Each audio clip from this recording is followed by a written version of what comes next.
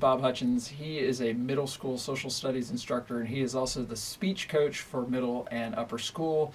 And we're going to talk a little bit about a speech competition that his team just participated in. So thank you for coming. Thanks, Tyler. And what was said speech competition? We were at a tournament in Orlando called the Florida Civics and Debate Initiative, which has been going on a couple of years in Florida. And we had a fantastic day there with middle school coming away with the top honors in the state, and also the high school coming away with the top honors in the state in speech. Nice.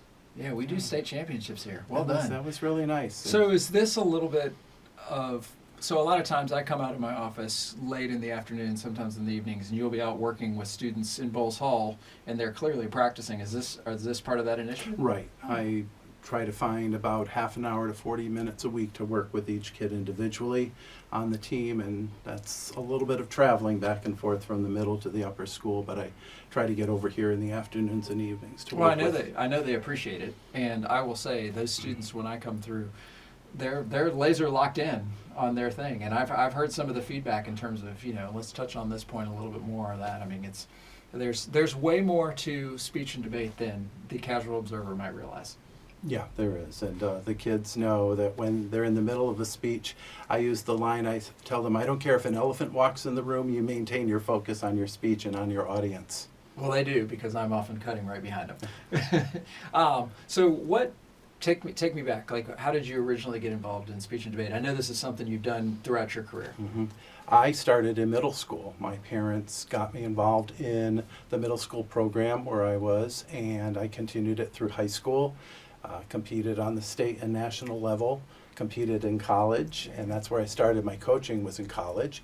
And for the last 40 years, I have been coaching while I've been teaching as well. That's amazing. And so how many competitions are there throughout the year? I mean, how do you build up to get ready for one of these? Is there a topic that the students are given, or how does it work? There are various types of speech. There are three main events. There's something called platform events, which are speeches generally where students are researching and then write a speech and then they memorize it, usually about 7 to 10 minutes. Those could be informative or they could be persuasive speeches.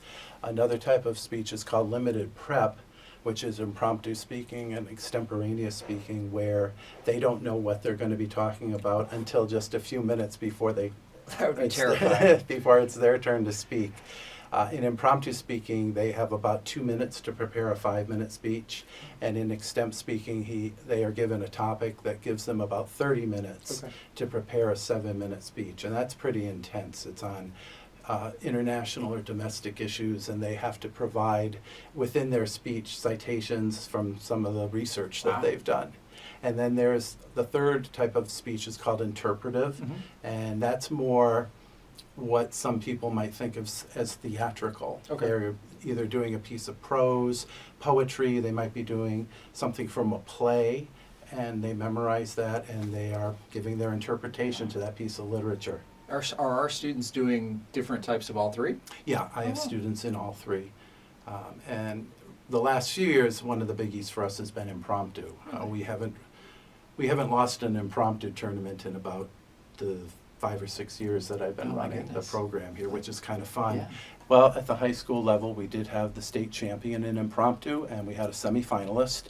And at the middle school level, we had the state champion and the second place person. Oh my gosh, well done. That is amazing. How many students do you have involved in this program? I know it kind of ebbs and flows depending on the time of the year and what else they've got going on. Right. Pretty much we have about 25 at the middle school, and I have 8 at the high school that are pretty committed to it. So I think next year those high school numbers are going to increase because several of the 8th graders moving on are going to want to compete in the high school. Hopefully so. That's good. That means they've had a great experience.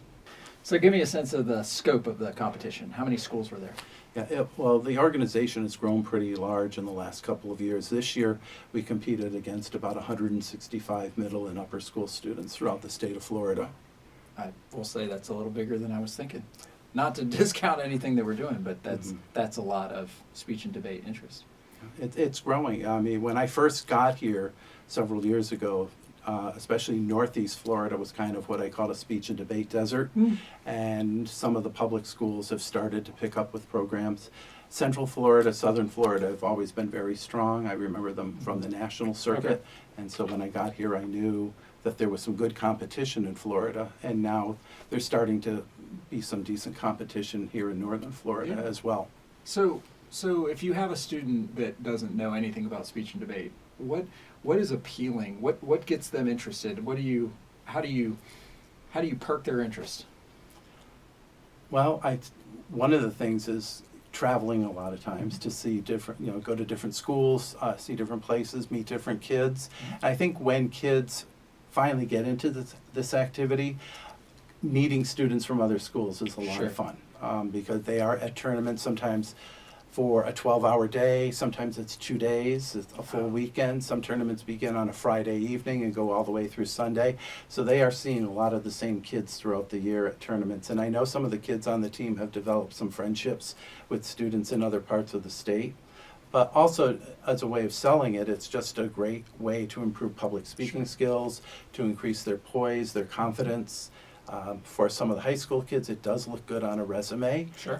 It's certainly among many colleges, it's one of the most desired activities when students do it with passion and they are meeting success.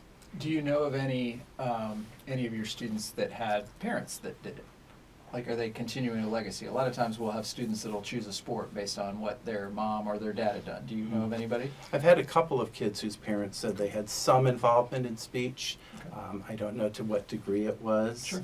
And a lot of times it would depend what part of the country they were Okay. from, because there are other parts of the country where it is more steeped than it is here in Florida, at least here in Northern Florida. Awesome. Well, I really appreciate it. Thanks for setting the bar high. Congratulations to you and all of the students that are participating. I know that it is a collective team effort. And here's to going for that national championship. Well, we've got 2 heading off to nationals over Memorial Day weekend, so That'll we'll be see awesome. what happens. Best of luck. Thank you. Well, thank you so much to you and your team, and thanks to everybody out there for all that they do.